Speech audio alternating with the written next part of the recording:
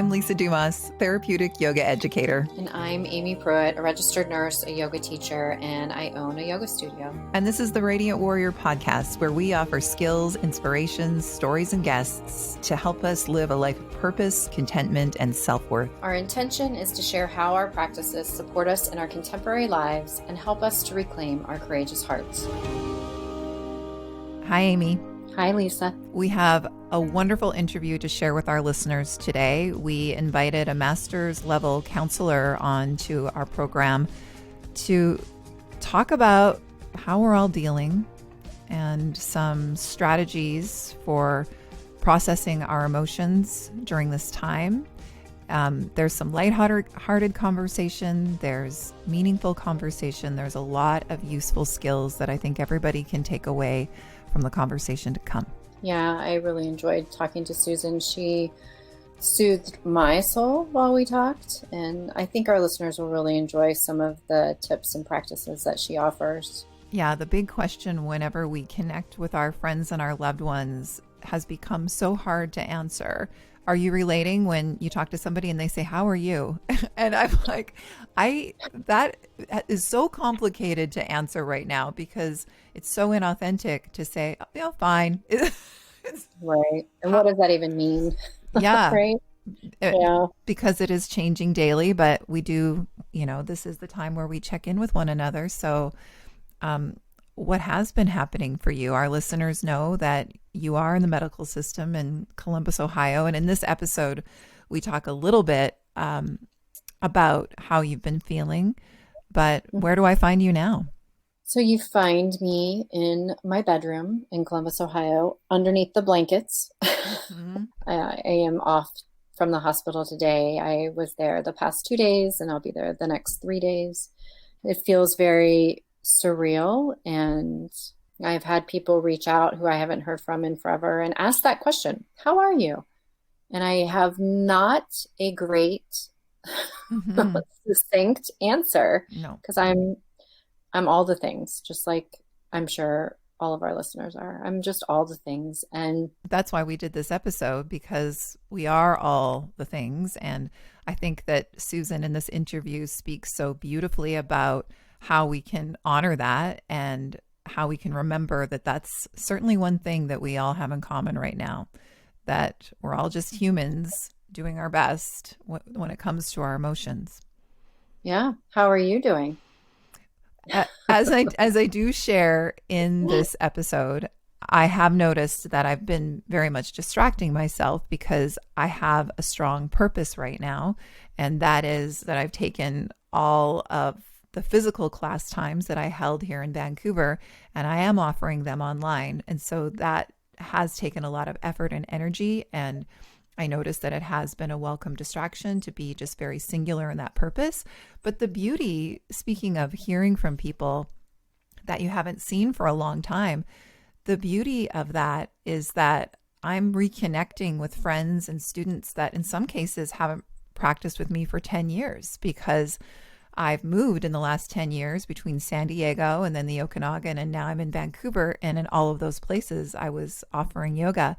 So it has been a gift. And I think a lot of people can relate with that, how in this time it has brought old friends and old connections out of the woodwork, and we're reconnecting with one another. We're checking in with one another. I can relate to that. I can also relate to the idea of really reevaluating things or processes or relationships that maybe aren't serving you anymore. I don't want to say cutting out the fat, but these scenarios show people's true nature or their character. And I think I've shared with you, was it last week I shared about the list? Mm-hmm. Yeah, you have a FU list going. Yeah, I do. I still do. I think I'll have that forever. It's little things and it's big things and it's companies, even emails that I'm getting that feel very inauthentic, or commercials of companies that I feel like they're making me feel, or I'm feeling a certain way when I'm watching them. I just kind of secretly add them to the list Yeah, Like, I mean it's a fine line because here we are in these times and a lot of people are feeling it financially in devastating ways and it's balancing offering because we still need to keep life going in some way now that it's very clear to us that we're at home. We're at home and we don't know how long we're going to be at home, which is another reason that we wanted to air this conversation with this counselor because that's a lot to grapple with. It's a lot of time to grapple with. And there's a lot going on in our households, let alone our minds. But I know what you're saying. It's such a fine line when you are a public company, what you are doing to really truly help and how we are balancing economic fears with health fears. And it's scary for people who have to make decisions based on economic fears over their health. yeah, yeah. And I work with a company locally that's helped me a great deal with starting my business. And they just came out with a new mission statement. And it was so beautiful because it was very simple. And it, in the first part of the mission statement was, we care about the health and well-being of our people, and we care about the health and well-being of our staff, and we care about the health and well-being of, our business. And it was like the business came. Mm-hmm. I'm shortening that. It's much smaller than what they did. They wrote it much more eloquently than I'm sharing, but their prioritization of people over everything else struck me as like, yes, that's so beautiful.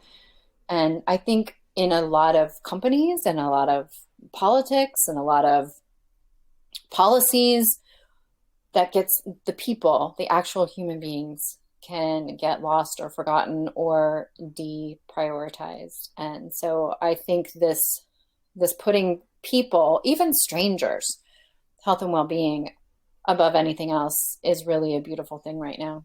Most people who listen know that you and I are talking across the borders. You live in the US and I live here in Canada. And when we're watching the news, we see very different messaging when it comes to health departments of different states and different provinces, and then leadership in the country. And I know you wanted to send a message to my fellow Canadians. Yes, I wanted to send a message to my beloved Canadians across the border.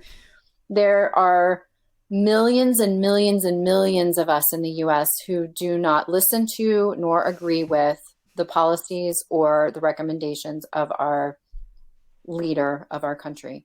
We firmly, and I'm speaking for myself and those around us, will do everything in our power to keep us, our loved ones, and our communities safe. And we encourage you to do the same, that we are empowered to take our health and safety into our hands. And this idea that the economy is more important than human lives is criminal and absurd. And there are news stations in the US now that are refusing to air the press briefings from the president because they can't fact check them before it goes out to the public. And I firmly support and agree with that. There is messaging that is dangerous to spread to the public, that this is short term, that this will be over before we know it, and that we have to do everything in our ability to get the economy back on track. That's criminal and barbaric to put the economy over people's lives, and to not recognize that the economy is directly linked to the health and safety of people is blind. So that's what I have to say to Canadians, that we in the US, those around me, do not endorse or believe in the messaging that is coming periodically from Washington. I would also encourage you, Amy, I haven't ever talked to you about this before, but to look into our broadcast network, the CBC, because I remember when we lived in the States, we never got any news from Canada. But here in Canada, we have all of the American networks. And so we get all of the American news. So I know our listeners here in Canada appreciate what you just said. But in stark contrast, our prime minister, in fact, his wife, it's been publicized, has tested positive for COVID during travels. And so she's been quarantined inside their home. And he comes out onto the front steps every single day from his private home. And he speaks to us about the importance of staying home.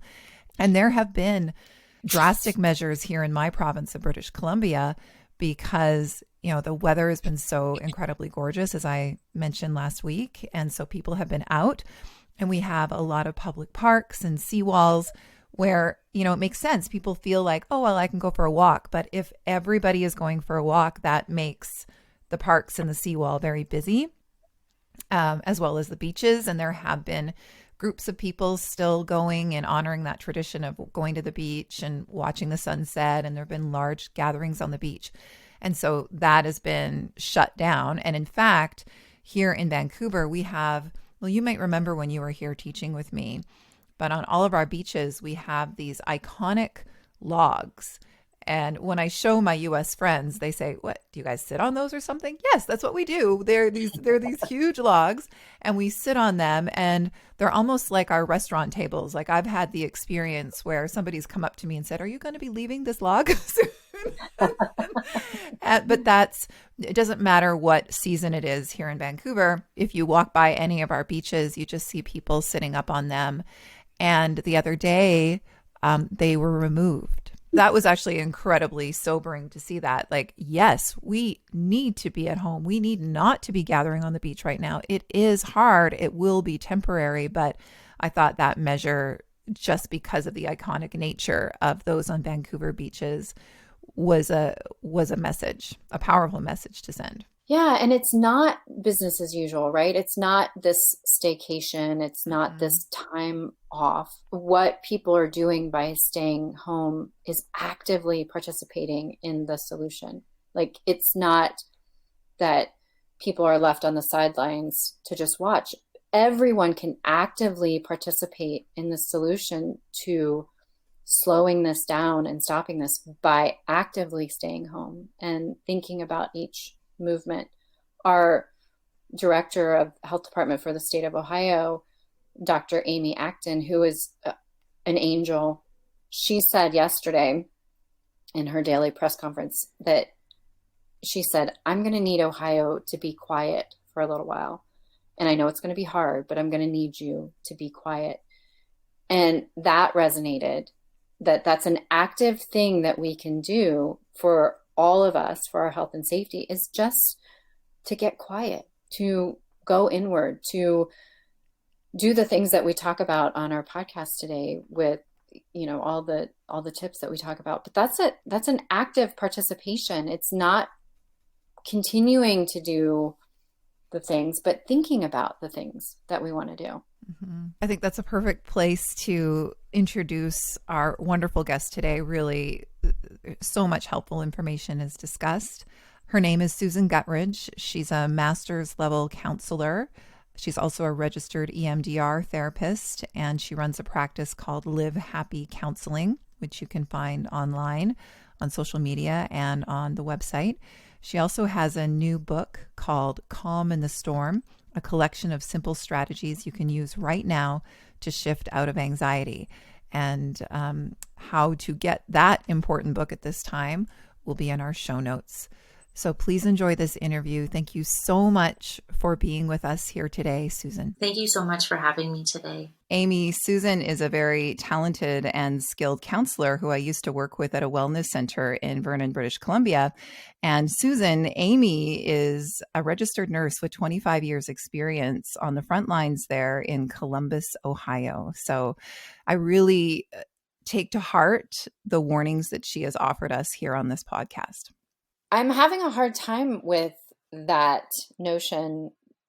I am receiving a lot of really lovely messages and thoughts and prayers sent my way because a lot of people know that I'm a registered nurse. And while I am in the hospital, I have my own guilt about the level of participation that I am partaking in on the front lines. I spent 20 plus years in the ER, and my great friends that I've had for decades are literally on the front lines. And so I'm having my own struggles with my level of participation while I am working in the hospital, of not being at the frontest of the front line. And so I have my own guilt around that thought.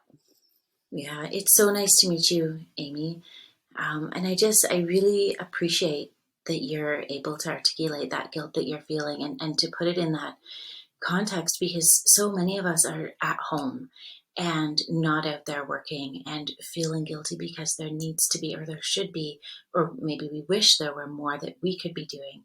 And you are out there doing the work. And yet, even in your role, it's humbling to hear you say that you've got that same guilt that we're all feeling. I can only imagine, for people who are at home or isolated, their sense of frustration about what they can do, knowing that I am actively participating in it and I still have my own frustration and guilt around it. One of the reasons that we wanted to have you on today, Susan, is because we do see on the news these heroic healthcare workers that are literally, it's seeming like they're fighting a war. And for those of us who have been staying inside, and some of us are alone inside and feeling extra isolated, and some of us are inside with kids that are here round the clock, and we're managing our own anxiety while trying to lead a household. Some of us have been in a rough patch, perhaps in our romantic relationships, and now we are isolated at home together. So it's like we're fighting our own war on the inside. I mean, when people say, "How are you doing each day?" that's not even a question that I can answer, because collectively we're watching the news from around the world, and we have this deep sense of dread that something horrible is coming, and there's nothing that we can do about that. And because I love Amy so much, I really make sure that I stay informed and I know what's going on, because in honor of those healthcare workers, they have to hold the enormity. Like, the enormity of it is right there in front of them. But it seems to me that for those of us at home that don't get to help in that way, it seems almost impossible to hold the enormity of it. It does. I think that maybe that's the gift of our brain and, and our defense mechanisms, so to speak, to get through the day. We don't have to hold all of that enormity all at once. Um, but at the same time, we're all kind of watching this unfold at the same time. And whether we're watching it unfold in our homes in front of the TV or with the radio on, we're a step removed from the nurses and all those folks out there on the front lines, but we're still exposed to it. And so you're right. It is a big struggle that folks are dealing with. Would you describe this as a collective trauma? Absolutely, I would. A pandemic itself is a crisis, and a crisis is traumatizing, and we're all in this together. I think as a world, we're all in this together. And so those are collective woundings. Can you speak a little bit more about that for people who maybe don't have an understanding of what that can feel like? I mean, I know that that's a big question and that's complicated. I mean, for some of us, it might feel just this deep sense of discomfort or feeling like we want to distract ourselves all the time. But we have this reality where we're having to process new information very quickly. And again, I do really want to talk about the aspect of holding that while in a space with family and trying to retain some sense of normalcy. What could you offer, first of all, just around processing trauma? Mm-hmm. Yeah, great question. At the core of a trauma sits a core belief, right? And so maybe we have a core belief of our daily life is predictable, or the world in which we live is a relatively predictable place. And so this virus has really shaken that. Uncertainty is just, like you said, something's lurking around the corner, and we aren't sure what's coming, but we got this sense that it's big. And so that shakes our core belief that the world is a safe and predictable place. And so within that, there's all kinds of things that can come up. Grief, we're missing life as we knew it, that routine of going to work or going to school or dropping by a friend's house. Sadness, maybe some folks are having a bit of panic. If they've left their jobs and they don't have the finances, that can spike them into panic. Confusion, anxiety, even symptoms of depression and despair. So all of these emotions they're just so raw and messy right now. And on a day where maybe these emotions came up and we were able to see those emotions and let them pass, now they're kind of sticking on, and it's getting a little bit harder for us to shift back into the present moment. And so really, really understanding the basic things we can do to take care of ourselves, to slow down, to be present for each other, to keep connecting with people in this new way, right? Through technology, keeping our distance from folks, to be safe, getting enough sleep. There's so many things that we can be doing to really take care of ourselves. And I think we have to do those things right now.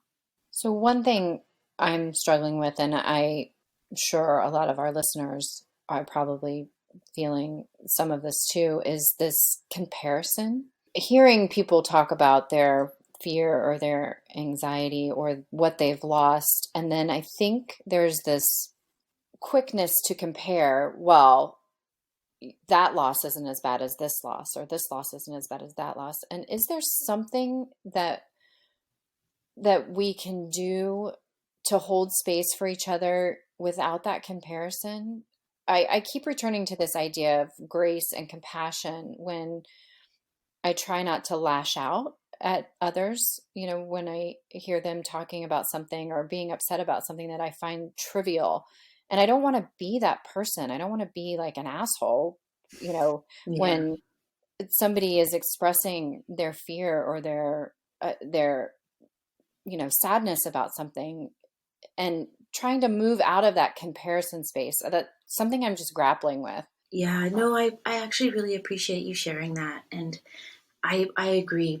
It kind of behooves all of us as humans to just hold space for each other and have compassion. And the comparison piece, I think what it comes down to, maybe a few things. Not all of us are great communicators. Maybe we get nervous when we're talking to others. Maybe we're just so wrapped up in our moment that we're not able to look beyond us. And so we say insensitive things, or we make the problem that we're seeing seems huge, and we're just stumbling through the moment, sometimes not the best.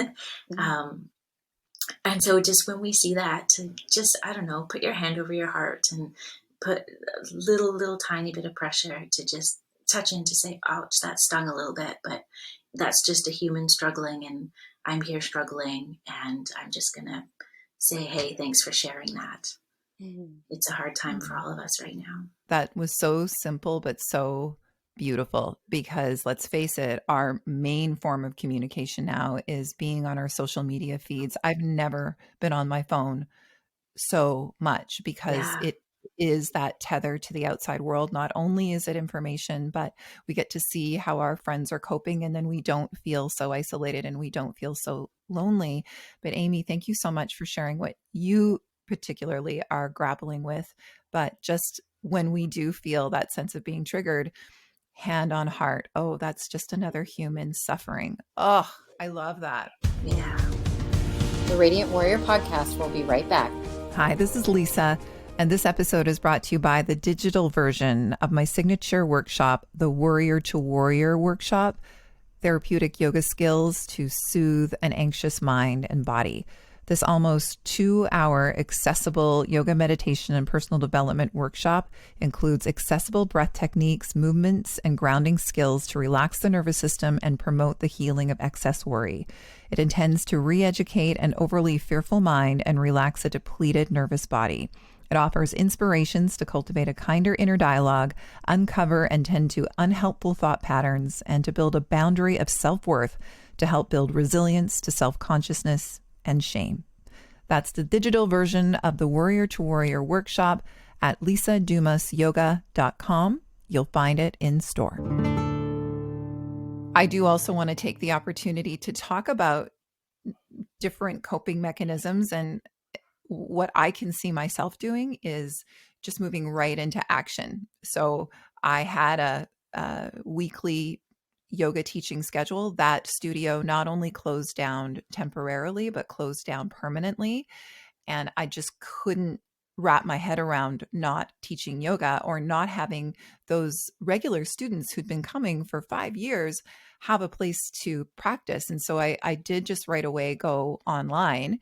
And so that has kept me so focused, just all of the back end of that, letting people know that that's where I'm at, and planning the technology for that. And we see so many of our colleagues in the healing space, teachers and thought leaders and authors, moving onto an online platform. And I love that, because we do need to pass our time in isolation. Like it is incredibly healing to connect with other humans. But what I am realizing is that I'm totally distracted by this purpose that I have. That does not mean that I do not feel that I'm in my purpose, and it is helping me tremendously. But I had a moment yesterday where I felt like, I think I need to just take some time to feel. And I guess my question is, who wants to do that? I think I need to take some time to just really feel all of this fear and, cry. And especially if we're in a house and we've got small kids around. Can you speak to that? Yeah, that there's a couple things to that I could maybe speak to there. Letting yourself feel, that's so big, and it comes down to this balance, right? Some folks in my line of work often say, I don't want to feel, because if I let myself feel, it's going to be this gate that's just opened and I can't close it, and I'll never be able to resurface and be okay again. And I want to honor that very real fear, because I think for so many of us, emotion is just under the surface, and the fear is just under the surface. And as helpers, we want to get out there and help people. We're also maybe scared about our business and our finances, and we want that distraction, and we want to be there for our family. So there's all of this. And if we just pause and slow down, and even just for 5 minutes or 10 minutes, sink into that emotion just a tiny bit, knowing that you will be okay. If you zoom out the camera lens and look at emotion overall, we have felt emotion, and it always subsides. It always ebbs and flows. We aren't sad forever. We aren't angry forever. We aren't in joy forever. It's okay to sink in just a tiny bit and feel it, because that's what grief is. It's feeling it in small pieces, and then coming back to the present moment and saying, wow, okay, that was tough. What do I need to do now to get back into the swing of my life? And if we do that a couple times a day, we're going to feel better overall, because we're acknowledging, we're being aware of how hard this is for ourselves. We're also role modeling it for our family, for our kids, for anybody else that we're living with, that, hey, we can sink into these feelings and feel them. They don't take over, and we come out the other side and we feel a little bit stronger every time we do that. And that really resonated with me. For so many years, I was afraid to feel my feelings, and by not feeling my feelings or allowing the feelings to come, I really had this fear that if I felt my feelings, it would literally kill me. Like I would literally die from how bad it was going to feel. And I couldn't see on the other side of it. And the amount of healing that has occurred in my life by feeling those feelings, I wish I would have done it so much sooner and not suffered through the amount of work it took to not feel the feelings. Yeah. And and like you said, we have felt these feelings before, maybe not to this magnitude, but we have come out on the other side. We did survive feeling our feelings. And I don't know if you follow Yoga Girl or Lisa, if you saw her story just recently, where she did this beautiful post and it was just her dancing and then screaming and then beating the shit out of a bolster and Mm-hmm. sobbing and raging, and let you could just watch the emotion move through her in such a beautiful way. And she was actively feeling her feelings. It wasn't that she was suffering through her feelings or that she was overtaken by her feelings, but she was actively participating in moving her feelings. And I thought, oh my God, that right there was such an amazing gift to watch, that it's okay to feel all the things. And she did it in a, she has a very small child at home and she did it away from her child, but she did it. And I thought that was important for the world to see, that all the things, like, we're going to feel all the things, and we will survive feeling the feelings. I haven't seen that video. It sounds absolutely amazing. And I love that she was courageous enough to do that on video to let people see the reality of our humanity, this hurts and we can feel it and we're going to be okay when we feel it. In fact, stronger on the other side of it. And it even, it even helps just to remember that we are all grappling in some way. We can all relate with one another. And so even conversations like this, just, connecting with you, Susan, it's calming. A lot of people are going through these emotions in a lot of different physical spaces. Some, as I mentioned, living on their own. I'm thinking a lot about parents with small kids. And yes, hopefully there is time to have a moment where you can shed a few tears and scream and feel your feelings. What about talking to younger kids about what's going on? Do you have any advice on that? Because they can most certainly feel. Yeah, they can, absolutely. I think the amount of information that's shared with young kids is it's really going to depend on that child and their age. And I think I would want to encourage parents to make that decision of how much information is okay to share.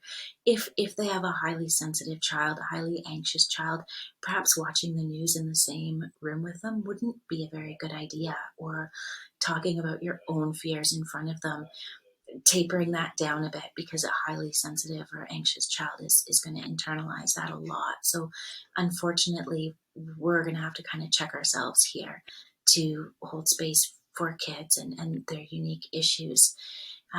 Interestingly, this morning I received an email from a wonderful colleague of mine, and she was sharing a book that's just been written by Anna Gomez. Anna Gomez is a child therapist. She's absolutely brilliant.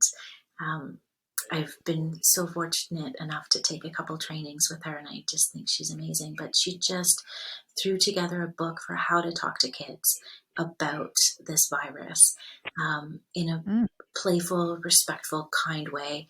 I haven't read it. It's just on its way out. But if you look her up, you'll probably find it on her website, or I could even share the link at the end of this with you, Lisa, and you, Amy, and then if you could share it on your website, and then parents could access that. Yeah, we could definitely put that into the show notes. And, that makes me think too, I have friends who have younger kids and they have kids at home, they're working at home. And so they're coming up with structure and schedules because they know that their kids do better with that kind of structure and schedule. Now, I'm a parent of a teenager, and there's full resistance to any sort of structure and schedule. And what I want to acknowledge, I learned this a few years ago, how I'll talk about myself, but I know that I think a lot of people, a lot of moms and parents could relate.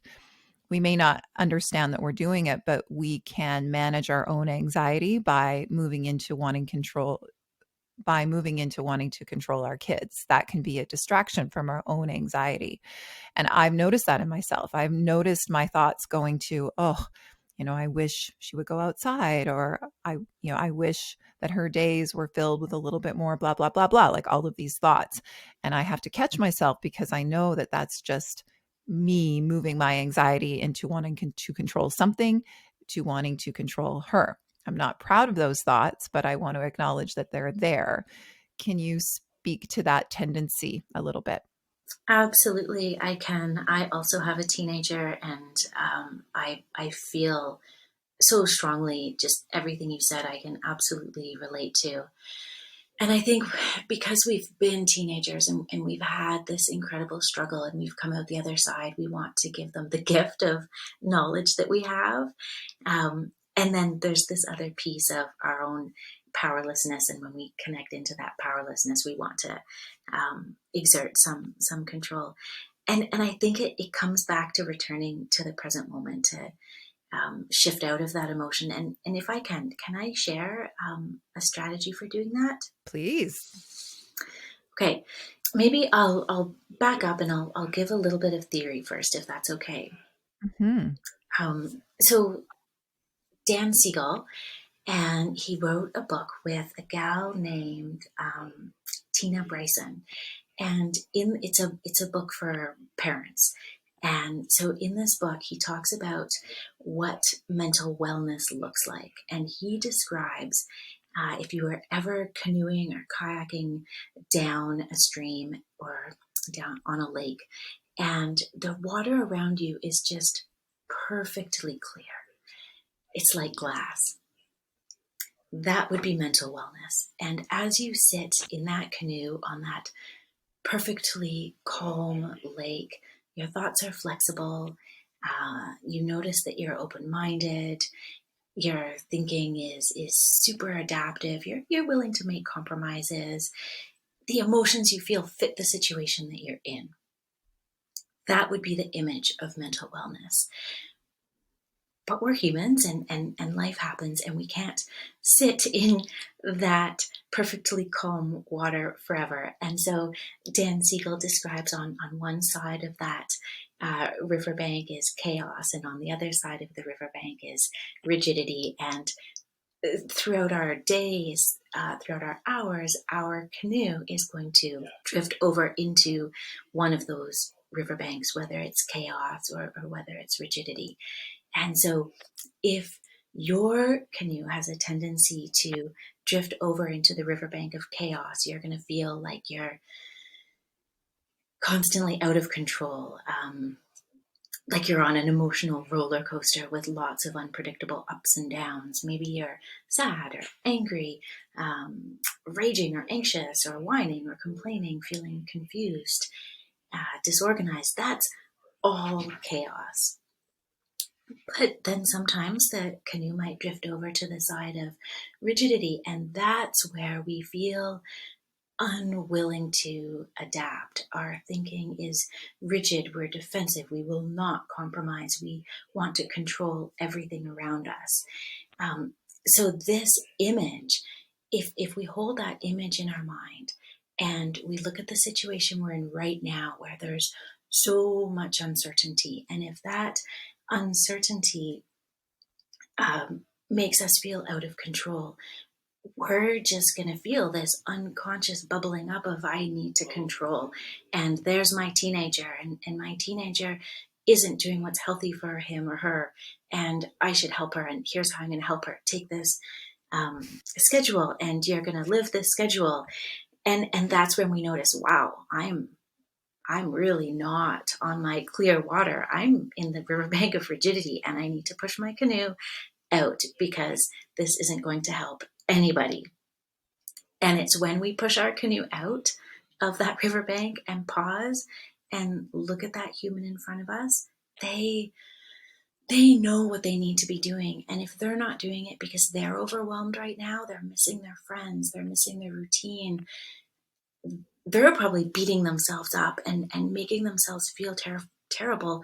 And we're adding to it when we react with rigidity. So pause, push that canoe back into the middle of the water, and look at that teenager with love. And what do you love about them? And just get back into that place of love. And once you're calm and settled, sit with them and ask them what they need to be okay right now and to get on track right now. That's so beautiful. And I love the imagery. I'm definitely going to take that imagery of floating myself back more into the center of calmer water. And I also want to highlight something that you said that is true. And that is the thought that I've soothed myself with, which is she knows what she needs. And just trusting in that. Like I've talked about that on this podcast so many times, that my big work as a parent is just trusting in her journey, whether it's what I would do or not, trusting in that. And yesterday she said, I've got to go for a walk. And I thought inside, she knows what she needs. And after so many days inside, she knew that she needed a little sunshine. So thank you so much for those soothing words.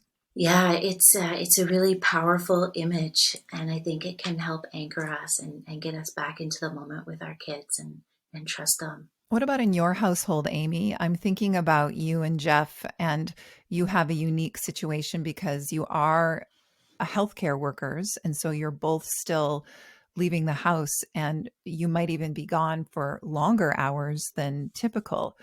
How are the two of you quieting yourself and coming back to the present moment when you're finally back at home? Or are you seeing each other even less? Does that feel a little bit untethered? Our schedules are pretty consistent right now with what they've been. We are both home in the evenings together, and we're both gone during the day, and our hours kind of vary during the day, but we're typically home together in the evenings. And I sent him a meme the other day that said, I wouldn't want to go through the apocalypse with anyone else but you. And and I meant it. Him and I share a common knowledge about what this really means, and that is a unique place to be. We don't have to explain it over and over again to each other how serious it is and how important it is, the things that people need to be doing. I feel very lucky in that respect that I have a partner who gets it and is living it right there with me. And I wouldn't want to go through it with anybody else. And we have a relationship where we're able to show each other grace and give each other space when we can recognize that the stress is a lot, or the stress is really ramping up. And so I think that we're able to recognize that in each other and give each other what we need. And we've just gone into kind of a hardcore care for each other, even more so about the basics, about like the laundry or the food or,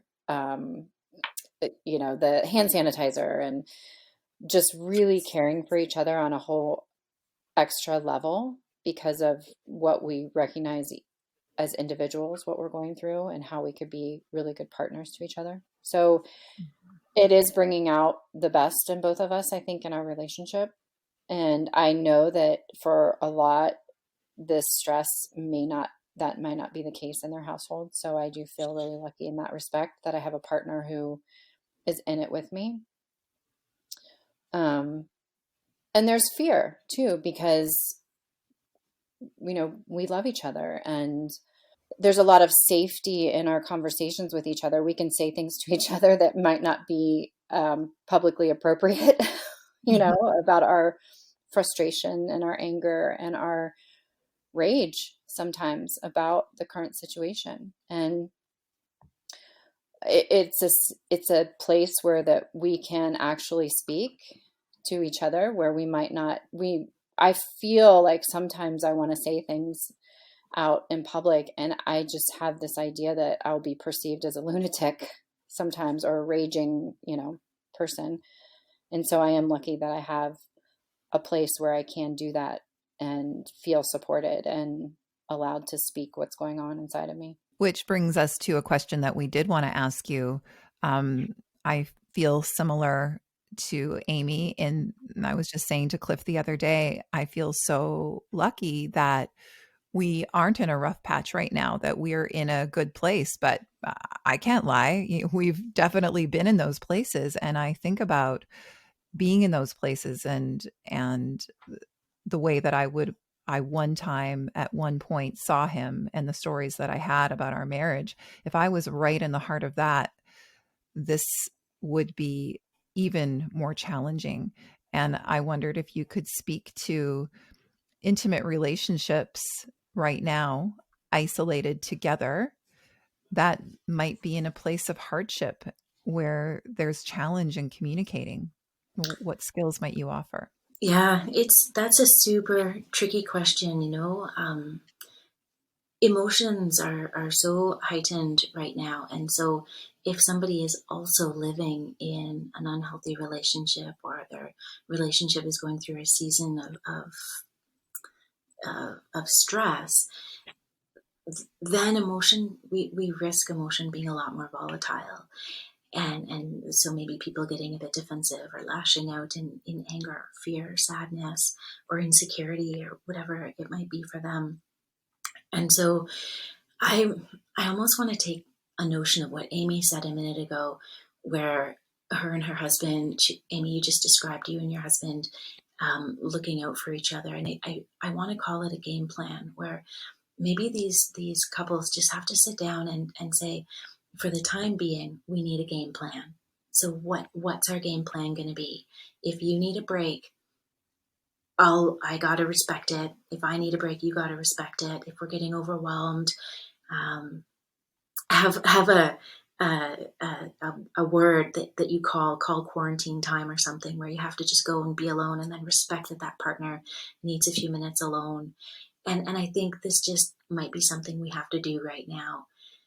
And in saying that, I'm also struggling with saying that, because I'm aware of how many uh, just an awareness of abusive relationships, Yeah. and partners who might be abusive, and that conversation would not be an option. And so for anybody living in a situation like that, please take care of yourself. If you have a support system that you can call or text or email, please keep that open. Take longer showers than normal, so you have a little bit of alone time. If you have kids that you have to put to bed, have a little bit of a longer bedtime so you can cuddle and read a story that gives you a break from the day. Just really taking care of yourself in those situations where maybe you can't turn to your partner in all the moments that you need. It's heartening on social media, especially on Facebook, to see all of the groups that have cropped up in every city. Here in Vancouver, we have several online groups, and there's just thousands upon thousands of posts every day where people are just coming and sharing their pain and the fallout of crises in their lives, and they're just getting so much love.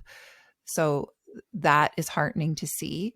But then on the flip side, what I thought maybe we should also talk about is too much technology, too much information, um, too much in the phone. We need to find a balance in times that are so unprecedented. What would you say to that? Yeah, it's such a tricky one. Not even 2 weeks ago, I was telling people to get off their devices and put them down, and now I'm saying pick up your device and to get connected. So Mhm. I know that this is a tough one. If you live alone, yes, please use the device. If you live in a home where you're not supported, use your device. But if we come all the way back to the beginning of this conversation, where we need to drop into our feelings and feel them, those are moments of stillness where we don't need the device. And so then maybe put it down or put on some music and turn the screen away from you so that you're not being distracted by any messages that might pop up. And use the device to soothe yourself with beautiful music so that we're not just constantly staring at it all the time. Taking those moments that we're already doing, we're already taking a shower, maybe some people are taking a shower, but I've seen some apocalypse wardrobes, so I'm not sure if everyone's showering right now, but taking those extra, extending that time of something that is comforting or soothing. And if you have the time now, if you are at home, to kind of marinate in those moments, I think that those tips are helpful for everybody, even if they're not in a unsupported relationship, to spend the extra time, because for some people they might have an abundance of time now, to use those extra snuggles or read 2 or 3 books now at bedtime. I remember my kids were always trying to prolong going to sleep and begging for another book. And now it just feels like, why not? Our director of our health department for the state had this beautiful recommendations yesterday. She talks every day at 2:00. And if you don't feel supported by your government, I invite you to listen to Ohio's government, because they speak in such a comforting way, even when what they're telling us is scary. But yesterday she was talking about the memories that we will be making right now during this time, and how as adults we'll look back on this time with a certain viewpoint or a certain lens, but our children or our little ones might look back on this time with like wonder and awe, that all of a sudden they were the center of attention and they had all the time in the world to do the crafts and do the things and play and paint and read. And I thought that was such a beautiful break to look at this time through the eyes of a child, as opposed to how we may look back on this time. And then to maybe pour our energy into that, how we could make it just so carefree as much as we could for them right now, and put our energy into that instead of lamenting all the other things that we're sad about. Yeah, that's so well said. I so appreciate that. In kind of in the midst of any problem, there's still a sparkling moment. And our sparkling moment is that we can be present for people. We don't have to rush out in the morning with their lunches barely made, or missing a jacket, or your shoes on the right feet. We're just home. And we just get to see these people and spend time with them. And that is a gift in the midst of all of this. That's the last thing that we wanted to talk with you about, the gifts in this. And that's part of human nature, is we do look for those sparkles. And I know that this time has been full of joy for many, because there has been time where before there just wasn't. And I think we're also getting a glimpse of what it means to slow down, and the costs of living life at full throttle with no extra time and filling every space. It's uncomfortable to have all of this space, for sure, but there's also opportunity there. And for people who have surrendered to the fact that I'm home, it's obviously not safe for me to go out unless it is absolutely essential. So I'm home. How can I make the most of it? Really, that's our option. Yeah.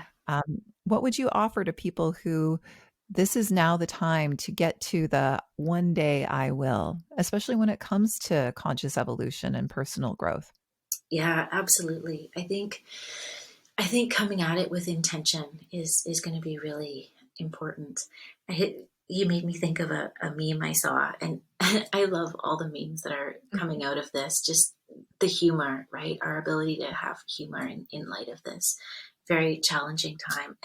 But this one meme was, I used to think my house was messy because I didn't have enough time to clean it, but this past weekend proved me wrong. And that's it, right? So we will still have a messy house, or we won't pick up that book we've wanted to read unless we put intention into it and actually decide on what is it that we want with this time. Do we want to reorganize? Do we want to start reading a book or learning a language or teaching our kid to ride a bike? Whatever it is, if we don't put intention into it, we won't do it. And I guess that's the biggest piece with this time, is how do you want to spend it, and actually make a plan. And with that plan, do a tiny little piece of it every day. Let's share a little bit in closing of what that might look like for us, because I haven't mentioned this to Amy yet, but our family, one thing that we are going to achieve during this time is that my teenager is learning how to drive. Oh, yes. So we're just going around quiet streets around the block. It's something that she didn't feel ready for when she first turned 16. And we never have time, because when she's in school, she's there until 8 o'clock at night with this theater program that she's a part of. So in one way, that's one way that we've been able to find the gift, that we now have the time that she can practice that. I love that. Thank you for sharing that. That's such a beautiful thing for you guys to do together. And you'll be so much more calmer in the passenger seat because you don't have something to rush off to do, and the streets aren't as busy. How about you, Amy? Anything extra? What are you watching? I am watching really stupid reality TV, like the most ridiculous reality TV I can come up with. We need it. Right, because it's absurd, and that's what I need. I do need to check out, and just in the more absurd, the better. Like, I just watched that Tiger King on Netflix. Oh, I've been hearing everybody talk about this, and I don't know what it is yet. It's absurd, and it was awesome. It was just what I needed, because humanity can be so funny. And so I'm doing a lot of that because my time in the hospital can be intense. Mm-hmm. I need to balance that with not coming home and consuming any more news or talk of the virus. I am very well informed. I keep myself very well informed during the time that I'm at work. And then when I'm away from work, I have to set it down. Mm-hmm. Charlie has gotten way more walks than he has in his 12 years of life. And he gets to spend as much time outside now when we're walking. Before when we would walk, we'd be on a mission. We're going to walk, you do your business. Then we walk home. I got to go to work, and so Charlie is just loving that. Our pets are really benefiting from this. That's for sure. Well, I've seen some funny memes about that too, that the dogs are super happy and the cats are super pissed, that all their people are home now. And I've even seen, with so many yoga classes now that are streaming, how the pets are getting involved. And I love it. I just love it. I watched a yoga class the other day, and she was trying to do chair yoga, and the cat would not get off the chair for her to do chair yoga. So, and I am trying to make my consumption of social media or my consumption of reading or TV to be very intentionally silly or lighthearted or funny, because of the alternative. I can't live 24/7 in it right now. And how about you, Susan? Yeah, great question. I also have a teenager learning how to drive, so she's been getting some lessons. I have another daughter who wants to learn sign language, so that's been pretty cool. And then just the day-to-day stuff that I've never been able to get around to doing. And this is awful, but my dog barks whenever she's in the backyard. So my mission right now is to train her to stop barking when she's in the backyard at nothing really. She just barks. So that's my project. I'm going to have a quiet dog in the yard. Yeah, we need something to hold on to. And I love that we just shared those. That's just very, very real, training a dog, teaching kids to drive, watching Tiger King. You bet. Yeah. What a treat to speak with you. I've always found you to be so incredibly grounding and warm and compassionate. I miss being able to just walk down the hall and come and talk to you about mothering. Is there anything that we missed that you would want to convey to our listeners? I think if I could share a gratitude, it's something that I'm really appreciating is all the togetherness that's happening in the community in a moment where we can't actually be together. So the videos of Italians singing on their balconies melts my heart. The news broadcast of the folks in, I think it was in the Maritime, who put all their Christmas lights back out and turned on all their Christmas lights. And in the community that I'm in, everybody's putting hearts on their windows. And Yes. it brings up emotion, even just as I share it, just because we are all in this together. And these little actions that people are doing independently bring us together as a whole. And I'm so, so grateful for that. I sent a video to Amy here in Vancouver around the hospitals that are surrounded by apartment buildings at the shift change. People come out onto their balconies and cheer. Ah, so beautiful. Well, Healthcare workers are feeling the appreciation, and we have heard words like hero and warriors and going to war and being soldiers, and so we feel that. And in return from this healthcare worker, I can speak for myself, but I feel like I can speak for those I know. We are also sending back our appreciation to those who are taking this seriously. And we feel like those who are actively staying home and spreading the word to stay home and actively hunkering down and taking all the restrictions to heart. And we look at all of you as heroes because you are actively participating just as much as we are in slowing and stopping the spread of this virus. We can only do so much, but we turn to the public as heroes who are doing the things that we are asking. And it might feel like you're not doing anything. It might feel like you don't recognize the importance of what you're doing by staying home. It might feel luxurious or boring or sloth-like. I don't know, come up with your own word.